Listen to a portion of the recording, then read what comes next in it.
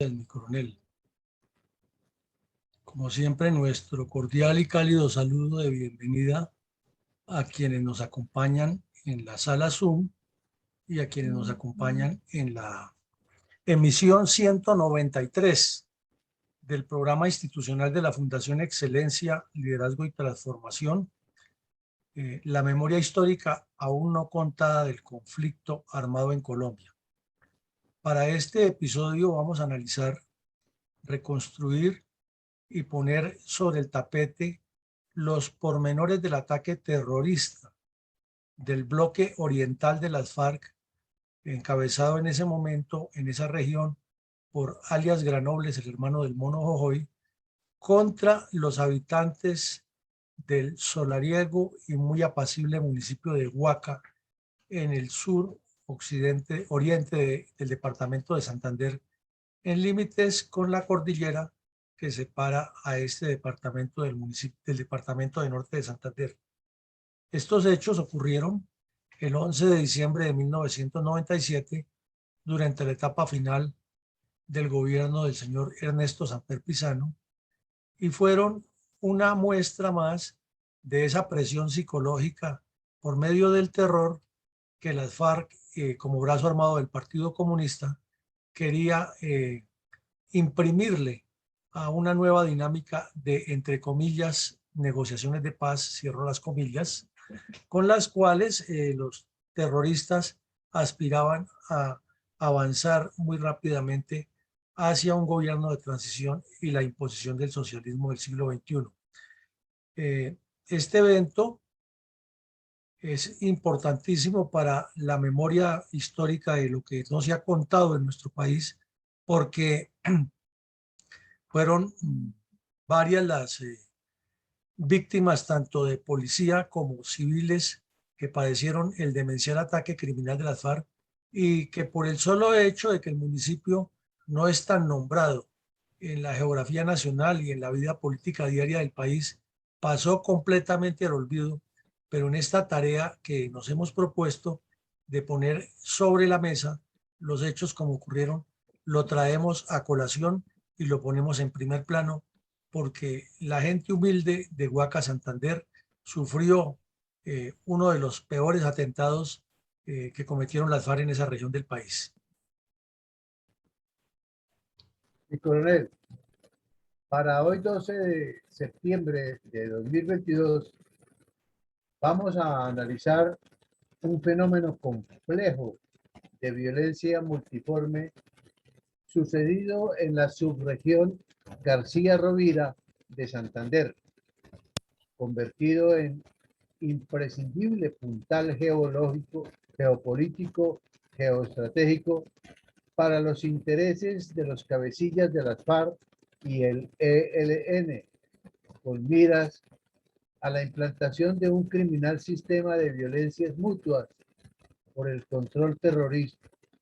terrorista de la zona. En ese orden de ideas,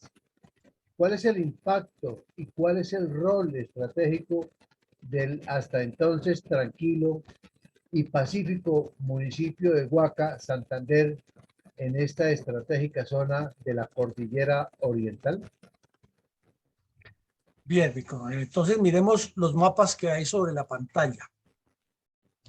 y nos daremos cuenta de la trascendencia tan especial que tiene este municipio o esta zona para la seguridad nacional de Colombia, para el desarrollo nacional de Colombia y desde luego para la proyección de cualquier grupo criminal que quiera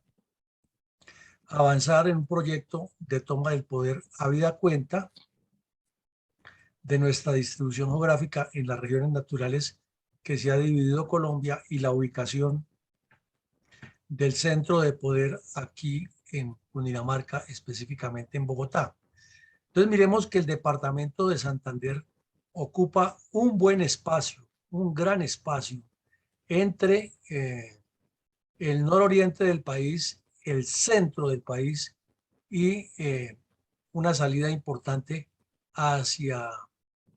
Boyacá, Casanare, Arauca, Antioquia y Cundinamarca. Y desde luego al norte con Bolívar, Cesar y norte de Santander. Como vemos, es un departamento que tiene una ubicación supremamente importante y que históricamente en las guerras civiles y en los conflictos internos que hubo en Colombia, tanto cuando fue Estado Santander como cuando fue departamento, fue un escenario de primer orden en todos los procesos que hubo, ya que allí nació la revolución de los comuneros, de allí se marchó por primera vez hacia Bogotá o hacia Santa Fe, que era el nombre de la capital, en el deseo de transformar el país, y sobre todo porque al mirar la ubicación o la distribución geográfica de la zona, todo el oriente del departamento, toda esta zona, la vemos aquí en el otro mapa, está cubierta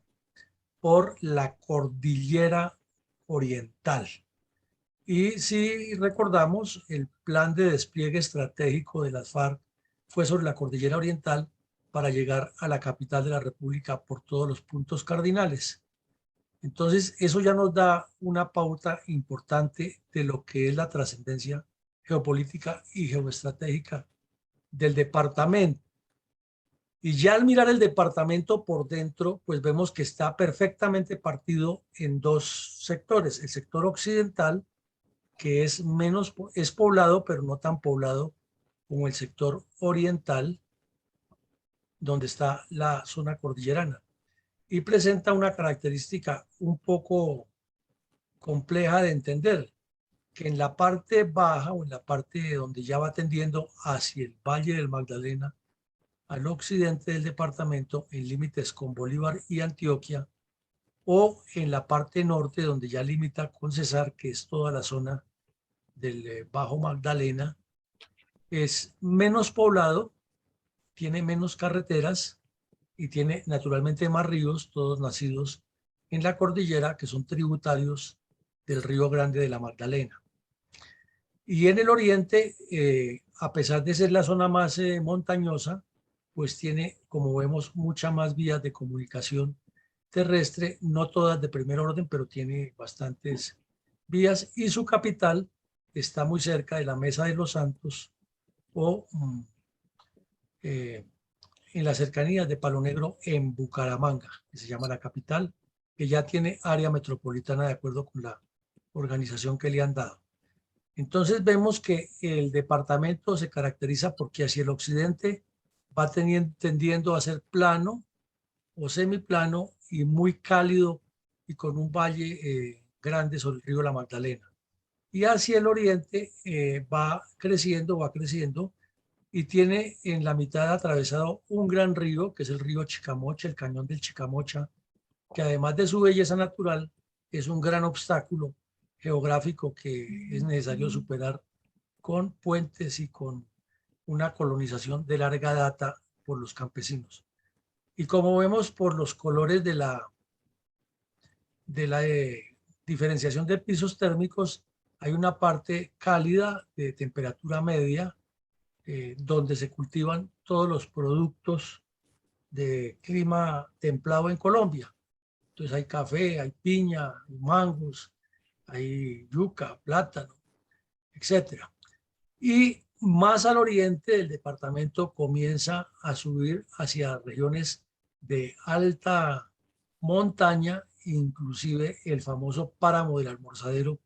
que además de ser una belleza natural de nuestra riqueza nacional, es un páramo que tiene el nacimiento de muchos cursos de agua que irrigan la región. Y hacia el sur hay otros departamentos muy importantes que se dividen en estas regiones naturales que caracterizan a una región por demás bella, importante, pero estratégica para la seguridad y el desarrollo de Colombia. Y aquí vemos que el municipio específicamente de Huaca, Santander, casi poco nombrado, está en la esquina noroccidental de la provincia de García Rovira, que limita con el departamento de Santander y por el sur con Boyacá. El municipio pues es relativamente pequeño en relación con el territorio que ocupa toda la provincia, pero por sus connotaciones y sus características ha sido muy importante para el desarrollo de las FARC, ya que repetimos, se ubica en la parte media de la cordillera, que está cerca al cañón del Chicamocha, que tiene salida hacia Bucaramanga como capital, que tiene salida hacia norte de Santander, y que cruzando norte de Santander, que la franja no es muy amplia, está en Venezuela. O que si trabaja, camina hacia el oriente, cruza el sur de norte de Santander, cruza Boyacá, Arauca o Casanare y también está en Venezuela. Y como sabemos, el crecimiento de las guerrillas de las FARC y el ELN escogió toda esta zona debido a las características topográficas y la porosidad que hay en la frontera para actuar de larga data. También vemos aquí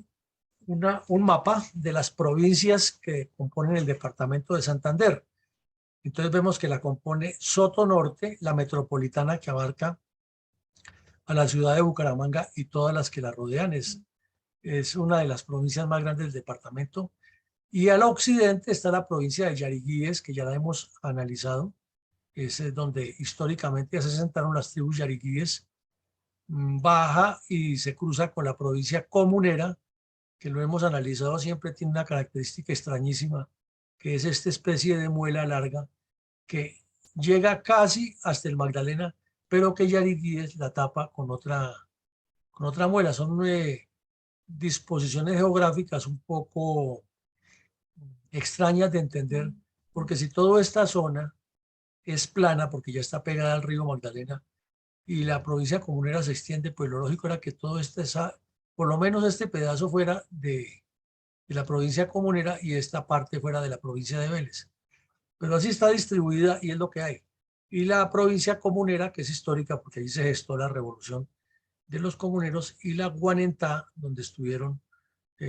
los indios guanes o los indígenas guanes, que eran de la tribu o de las tribus muiscas. Como vemos, al lado oriental, donde se gestaron las colonizaciones indígenas, es donde más conflictividad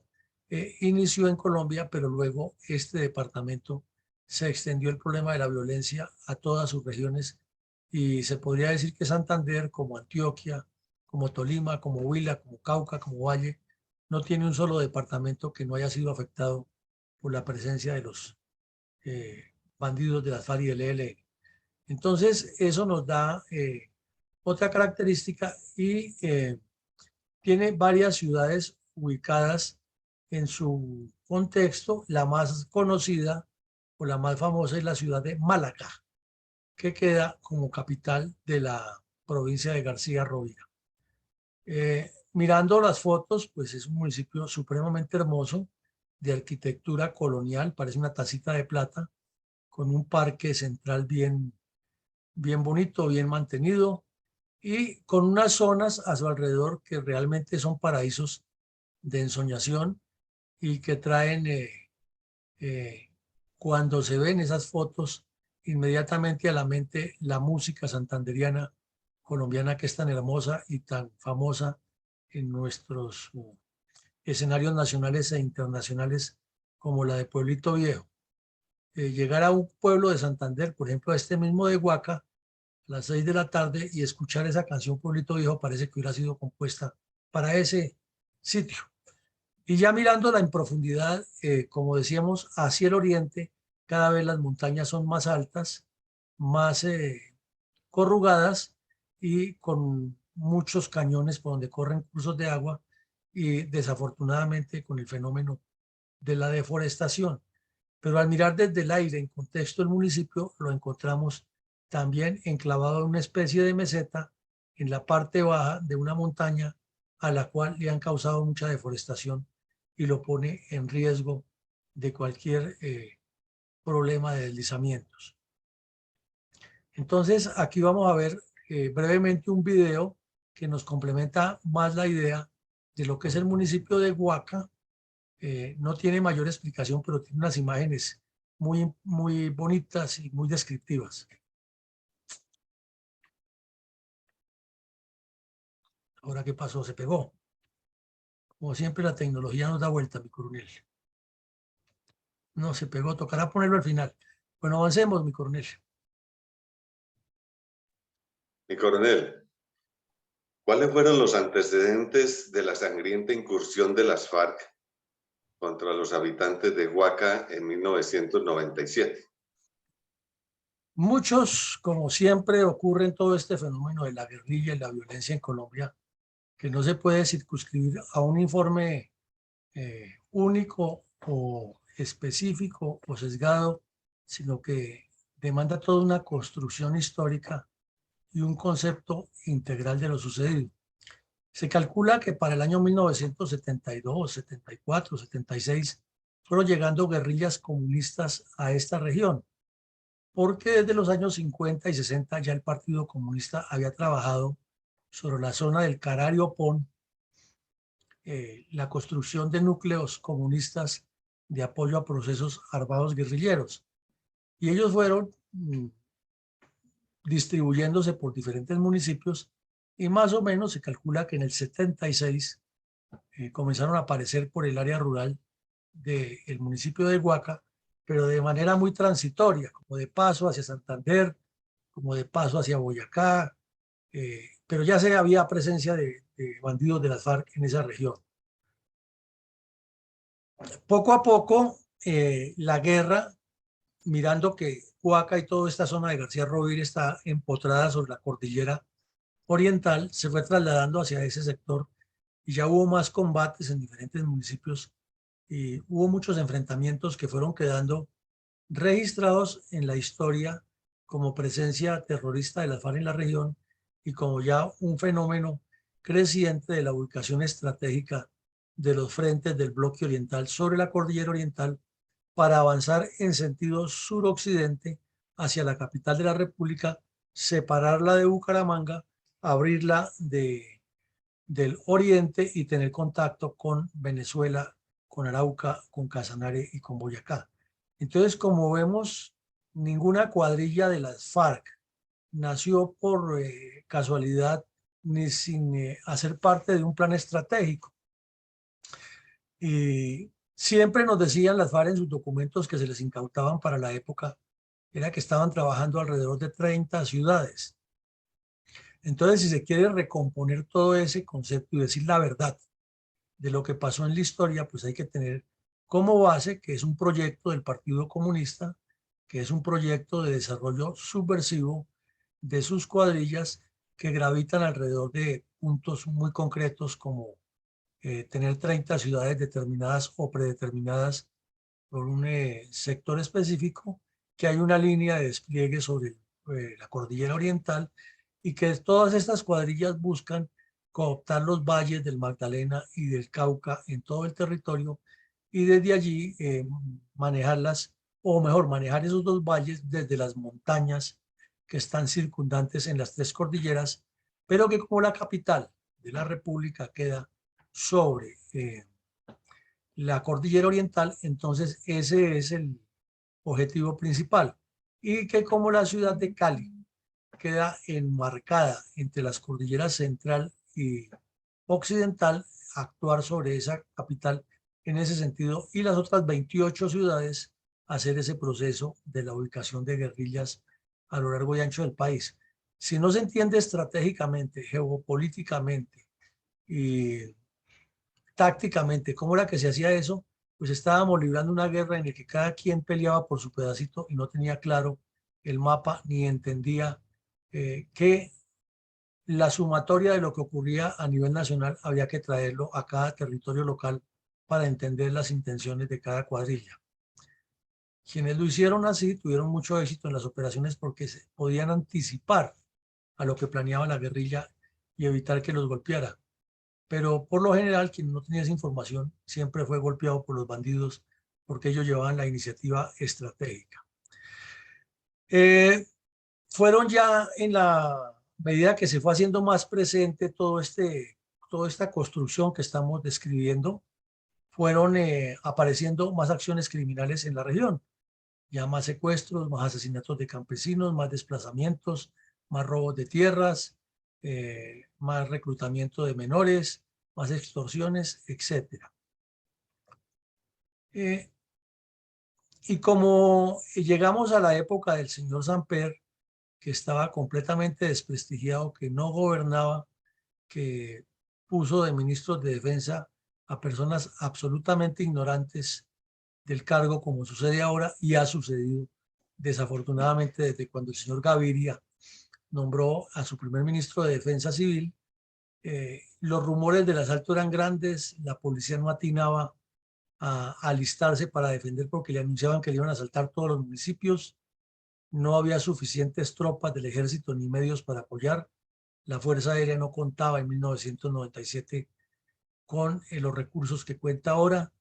y la Policía Nacional tampoco tenía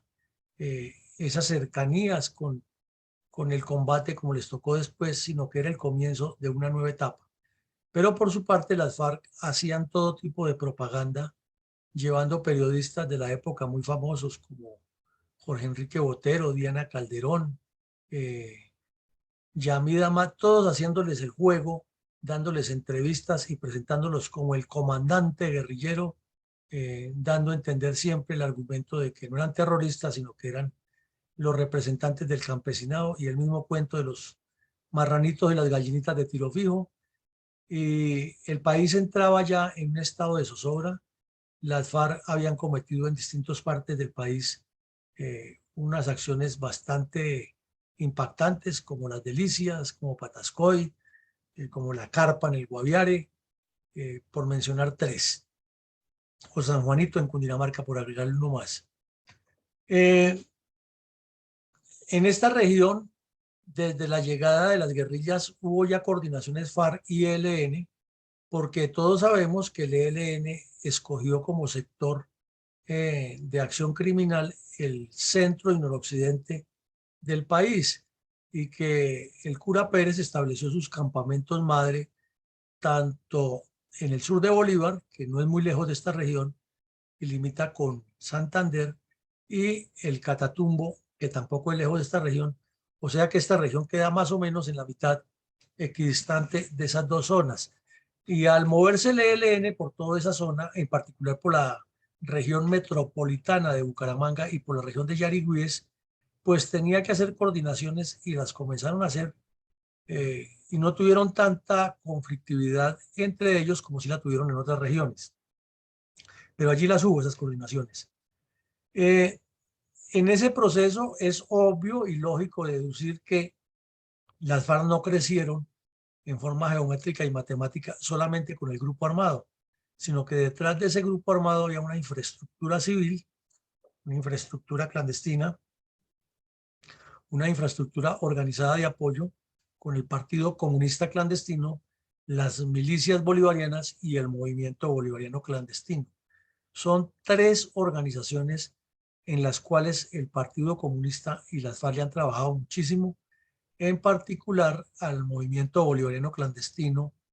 que es la forma de aparentar ser liberales o conservadores o de los verdes o de la U o de cualquier otro partido, pero en el fondo militar para las FARC. Y el Partido Comunista Clandestino porque son ya civiles enclaustrados dentro de la población que tienen contacto directo y planean acciones criminales con las FARC. Y las milicias bolivarianas, que son los campesinos que están armados, viven en la región y que hacen parte de la guerrilla, actúan con ella en algunas acciones, pero la mayor periodo de tiempo permanecen dentro de la región controlando qué entra, qué sale, qué se mueve, qué se dice y aplicándole lo que ellos llaman la justicia revolucionaria a los sapos, a los traidores y a los enemigos de clase. Entonces son tres estructuras supremamente importantes que se desarrollaron y se aceptaron en esa parte de la cordillera,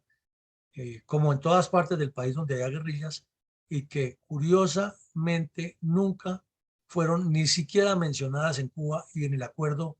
del señor Santos con las FARC no aparecen mencionadas para nada. Pero de remate, en el informe de la verdad del señor de Rux tampoco las mencionan. Entonces están tranquilas como la propaganda de Johnny Walker, tan campantes ahí sobreviviendo, y son los que siguen manejando todos los procesos que ellos llaman de protesta social, de protesta de los cultivos de narcotráfico de las organizaciones agrarias infiltradas por las FARC y son los que manejan la línea política y con quienes la segunda Marquetalia y las supuestas disidencias de las FARC se contactan ahora para cometer crímenes como el cometido hace poco en San Luis Huila contra la Policía Nacional, ya que todo parece indicar que los bandidos vinieron desde el Cauca a hacer ese asalto y necesitan tener unos ojos y unos oídos que son esos grupos, el Partido Comunista Clandestino, el Movimiento Bolivariano Clandestino y las milicias bolivarianas. Esto no lo nombran y cada vez que los entrevistan por televisión tampoco les preguntan por eso, porque los periodistas lo ignoran o porque lo quieren ignorar. Y decíamos al principio del conversatorio que esta era la etapa final del gobierno del señor Samper, cuando las FARC arremetieron contra diferentes objetivos, tanto militares como policiales, como la infraestructura del Estado, para imponer una necesidad de que había que dialogar con ellos y encontraron al preciso, laxo, falto de carácter y oportunista, que fue el siguiente gobierno que les permitió semejante despropósito que hemos venido analizando en la zona del Caguán. Entonces, esos serían los antecedentes generales muy concretos, porque hay otros más que lo complementan. Gracias, mi coronel. ¿Por qué el diario El Tiempo publicó una nota asegurando que había ataques guerrilleros en Mogotes y Huaca? Bueno, primero porque ya era costumbre de las FARC atacar varios sitios al tiempo para maniatar a las fuerzas militares y causar la sensación de que estaban afectando todo el país. Y ese día atacaron de manera simultánea el municipio de Mogotes, que queda en la zona comunera, y el municipio de Huaca, que queda en la zona de García Rovira. Fueron un par de atentados terroristas que aquí en esta nota, que la tomamos la fotografía fiel de lo que dice El Tiempo, la información no es exacta en cuanto a los muertos, pero sí hay, claro, el reporte de lo que ocurrió y sobre todo en Mogotes fue con varios eh, muertos. Aquí en Boaca hubo menos muertos, pero fue una acción criminal de 2 días, porque el primer día, aquí el tiempo no alcanza a mencionarlo, o menciona mejor lo que ocurrió el primer día, pero no menciona lo que ocurrió el segundo día. Pero lo ponemos para resaltar la estratagema que utilizaban de atacar varios municipios al tiempo, porque no estaba ocurriendo solamente en Santander. Ese día atacaron en el Cauca, atacaron en Arauca, en el Tolima también hubo otra acción criminal,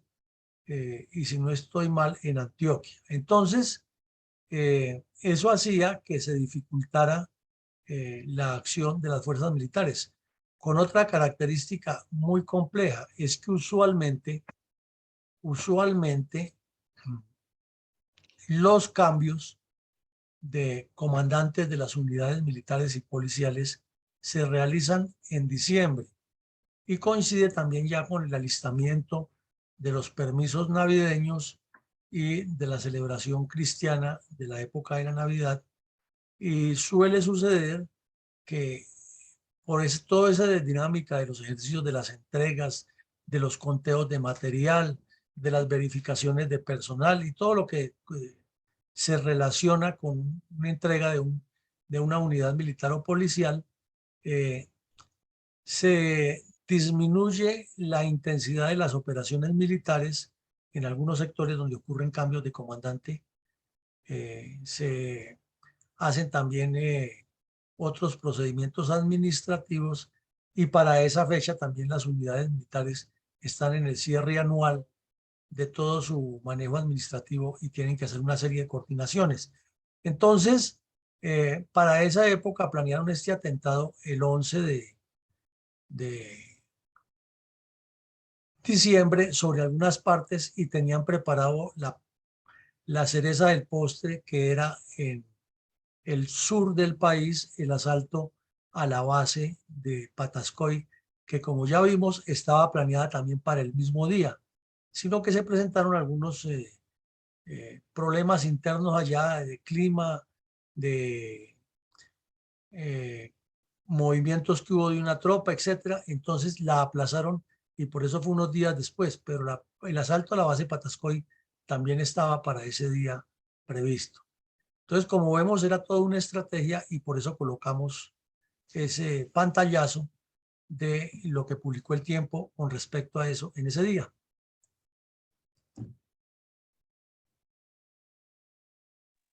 Coronel, Sí, mi coronel. ¿cuáles son los detalles concretos del ataque terrorista de las FARC contra el municipio de Huaca, relatados por el diario de Vanguardia de Bucaramanga? Bueno, aquí ya el diario Vanguardia, más o menos el 13 o 14 de diciembre, que ya ha pasado todos los hechos y que tiene una información más consolidada solamente sobre Huaca, ¿no? No vamos a hablar hoy sobre Mogotes porque ese será tema de otro conversatorio, sino sobre Huaca. Dice, a las 5:30 de la tarde del 11 de diciembre de 1997,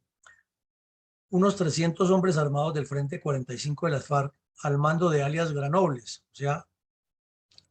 el hermano del Mono Jojoy, llegaron al casco urbano del municipio de Huaca y arremetieron contra la estación de policía. Tras la toma subversiva murió el agente Álvaro Arcila y el patrullero Nelson Pinto,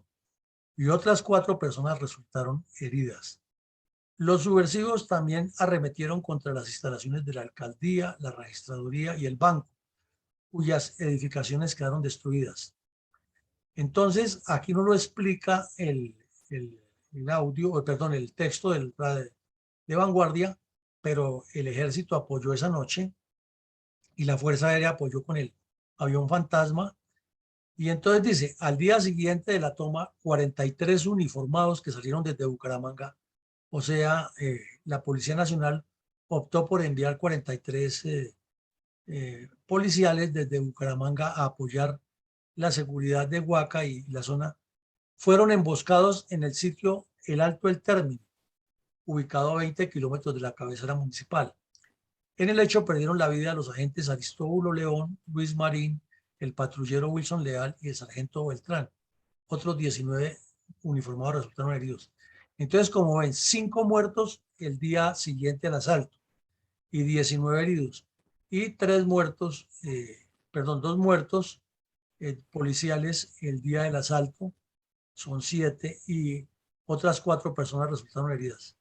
Esto indica que fue un acto criminal de bastante trascendencia y, como lo explica el periódico, destruyeron completamente las instalaciones alrededor del cuartel de policía. Y lo reiteramos una vez más, por ser Huaca un municipio poco nombrado en la geografía nacional y en los medios de comunicación, nadie recuerda esto y creemos que muchos de los jóvenes que nacieron para esa época o crecieron, eran niños en esa época y que ahora son fervientes petristas y defensores de la izquierda, ni siquiera saben dónde queda Huaca, ni siquiera saben que existe y ni siquiera saben que los terroristas de las FARC, que ahora son amigos de Petro y parte de su gobierno, cometieron crímenes tan aleves como estos. Y coronel, ¿cómo homenajearon la policía y las autoridades departamentales de Santander a los policías asesinados y heridos por las FARC durante el ataque terrorista de 1997 contra Huaca, Santander?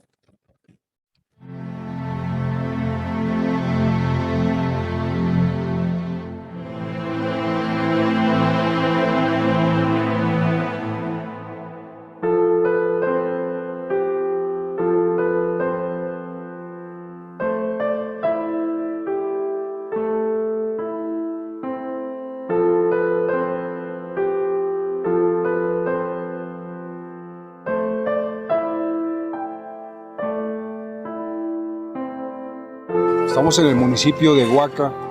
haciendo un homenaje muy respetuoso a nuestras víctimas, a nuestros policías que cayeron cumpliendo con su deber. Acompañando un proceso de memoria histórica que está adelantando la Policía Nacional a través del Departamento de Policía de Santander, Nos han acompañado toda la comunidad aquí de este hermoso municipio, también las personas, las familias que fueron víctimas de esta situación lamentable.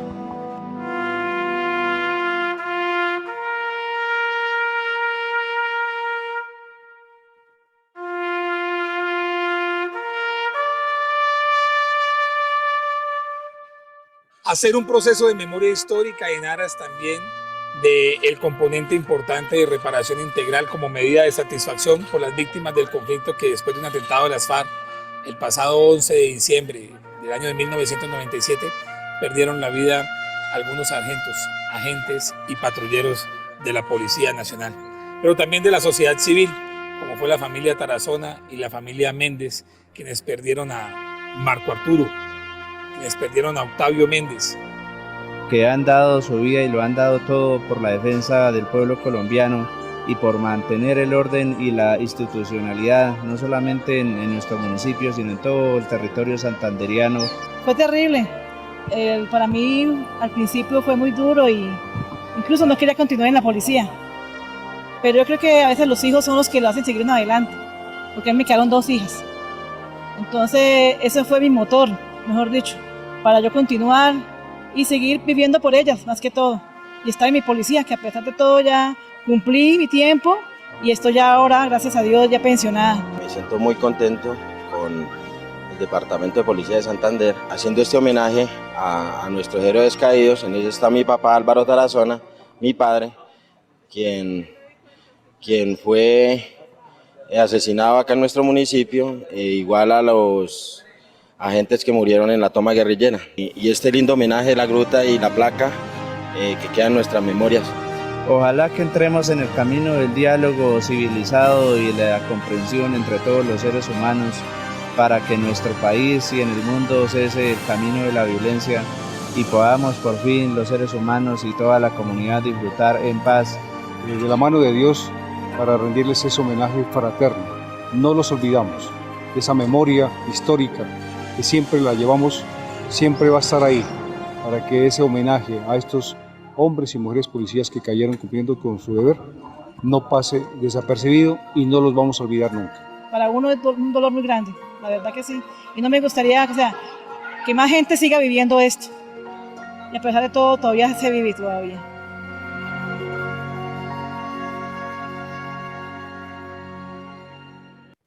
Más claro, imposible. El testimonio de la señora, miembro de la Policía Nacional y quedó viuda ya, su esposo fue asesinado por las FARC. El testimonio del joven que relata cómo el papá fue asesinado. Entonces uno se pregunta, ante hechos tan criminales como estos, ¿cómo puede haber silencio cómplice de una entidad a la que el Estado colombiano le pagó, les dio categoría de magistrados y publicar un informe sesgado con desinformación, ocultando estas realidades y poniendo a los criminales como los buenos de la película? Eso no tiene explicación ni perdón de Dios. Adelante, mi coronel.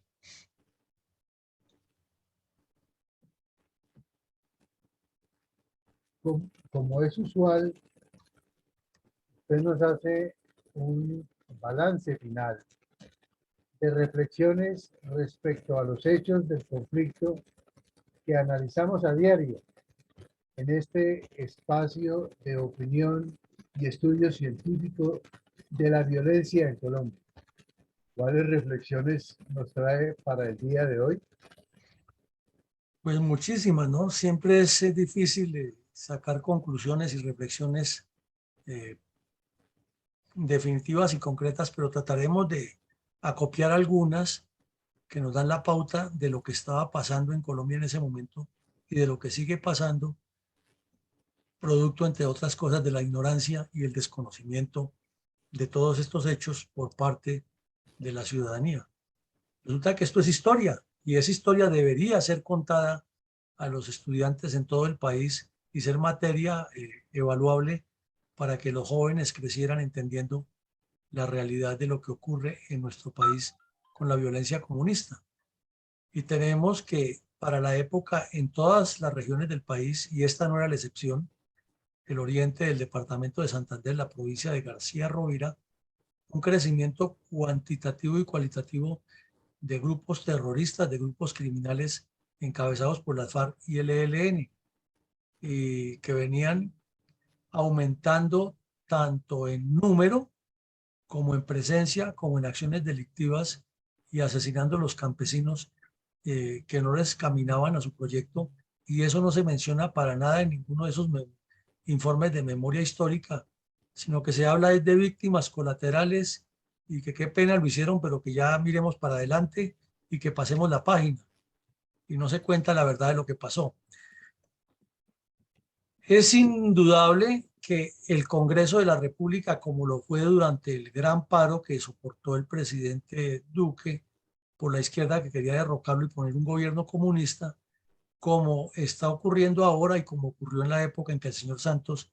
envió los arrodillados ante las FARC en Cuba,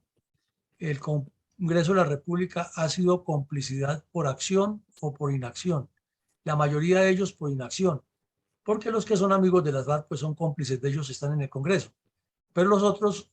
no son amigos de las FARC, o por lo menos lo dicen en teoría, pero con sus actitudes silenciosas dan paso a un proceso de complicidad más grande, y el Congreso de la República en ese momento nunca tuvo el carácter ni tuvo el temple de sentar al señor Samper allá y obligarlo a que tuviera una conducta mucho más clara en el manejo del orden público. Pero era un Congreso desprestigiado en el que muchos de ellos también estaban untados de narcotráfico, ya era el final del gobierno y andaban buscando reelegirse, porque eso sí, el sueldo que se mueve en el Congreso y otras arandelas que les llegan son bastante grandes. Entonces estaban interesados en ellos y el país destruyéndose.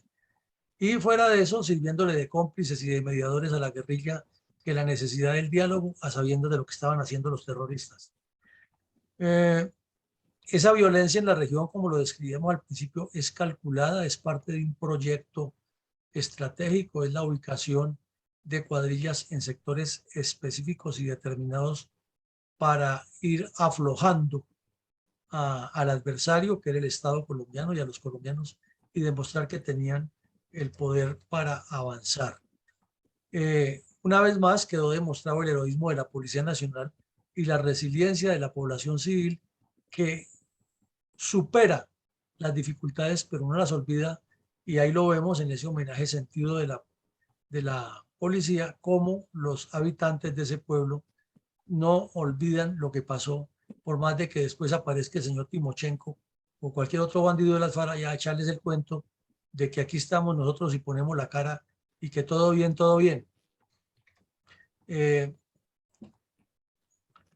Las consecuencias de la ingobernabilidad acumulada desde el gobierno de Belisario Betancur, de Virgilio Barco, de César Gaviria y Ernesto Samper Pizano, hicieron metástasis en el desgobierno de Andrés Pastrana. Fueron 5 periodos presidenciales lamentables para el país en temas de manejo de orden público, y si se mira desde la otra óptica, fueron los 20 años en que las FARC y el ELN crecieron más y pusieron el país al borde de la balcanización. Entonces el señor Samper es parte de ese problema. Ahora lo vemos la semana pasada viajando a Tibú y haciendo show y escribiendo Twitter y escribiendo mensajes por las redes de que ahora sí llegó la verdadera paz que otros no han sido capaces de hacer, como si él no hubiera sido presidente de la República y no fuera uno de los responsables de lo que pasó. Pero este sujeto se ha caracterizado siempre por ser, como dicen los campesinos boyacenses, morrongo.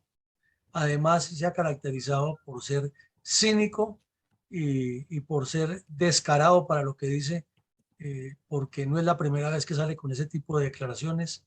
que siempre van en contra del país, y él parecería que le importa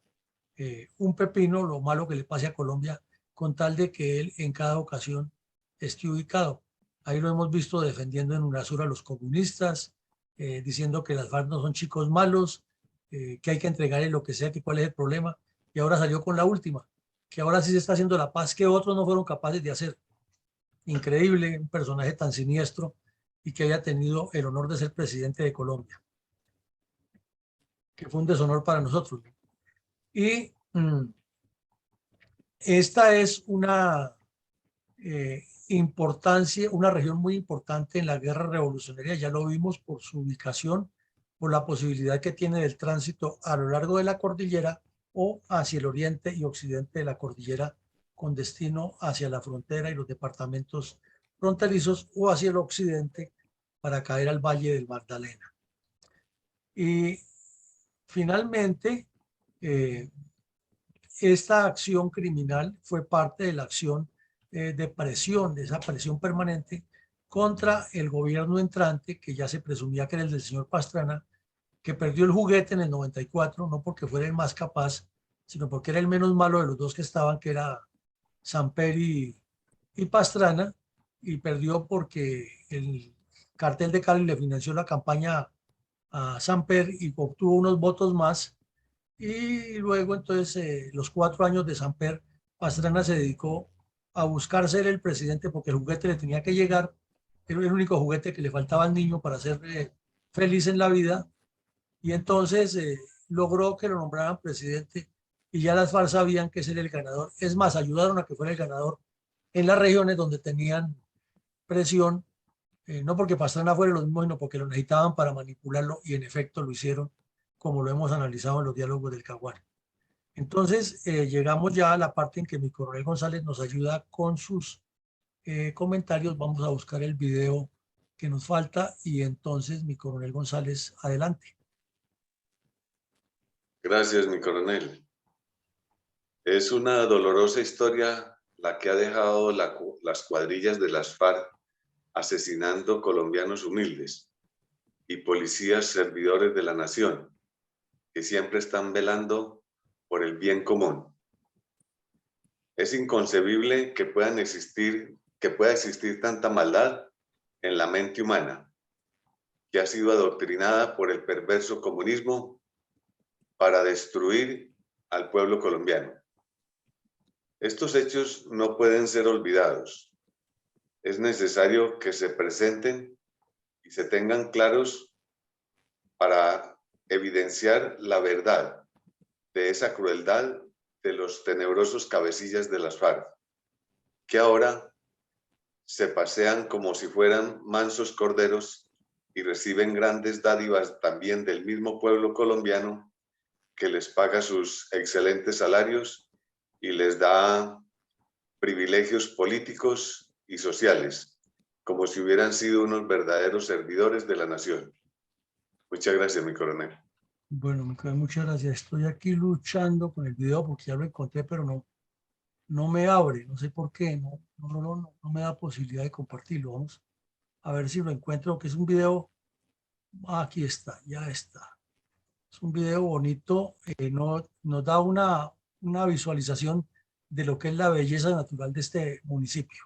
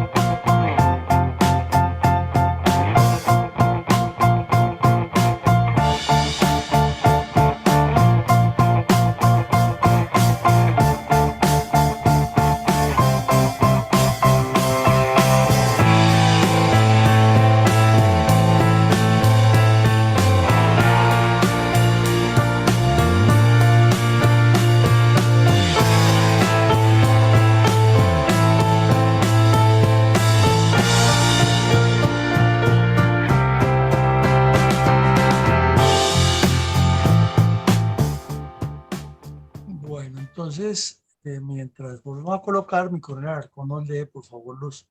comentarios que complementan la muy clara concreción que nos hizo mi coronel González acerca de la indiferencia que ha tenido el Estado colombiano y la misma sociedad frente a la acción de las FARC. Adelante, mi coronel González, mi coronel Alarcón. Mi coronel, efectivamente, tengo a mi haber un comentario muy bueno que dice lo siguiente: si las sociedades tienen como su base fundamental la familia, ni las urnas, ni las otras, ni las unas ni las otras merecen colocarse en el plan de la ignorancia, desconociendo el pasado y muy especialmente cuando se ha tratado por diversidad de formas, incluyendo la sesgada justicia injusta, borrar lo que ha sido la historia de nuestro país, como por ejemplo la tergiversación de los hechos, tumbándolo, derrumbando símbolos y monumentos que hacen mención a las luchas de nuestros patriotas, entre paréntesis, héroes del ayer, y nuestros soldados, héroes de hoy, tratando que a pesar de haber ofrendado sus vidas en aras de la paz y la defensa del pueblo colombiano, campesinos y citadinos, los olvidemos borrándolos de un solo tajo de los anales de la memoria histórica de nuestro hermoso país. Esto no puede pasar. Esto no lo podemos permitir. Muchas gracias, mi coronel. No, pues muchas gracias a usted, mi coronel, y muchas gracias a todos. Llegamos al final de este ejercicio y los despedimos con el mensaje institucional de la Fundación, invitándolos esta noche a una conferencia extraordinaria que tenemos con un oficial en retiro de las Fuerzas Militares de Chile, muy activo en la política de ese país,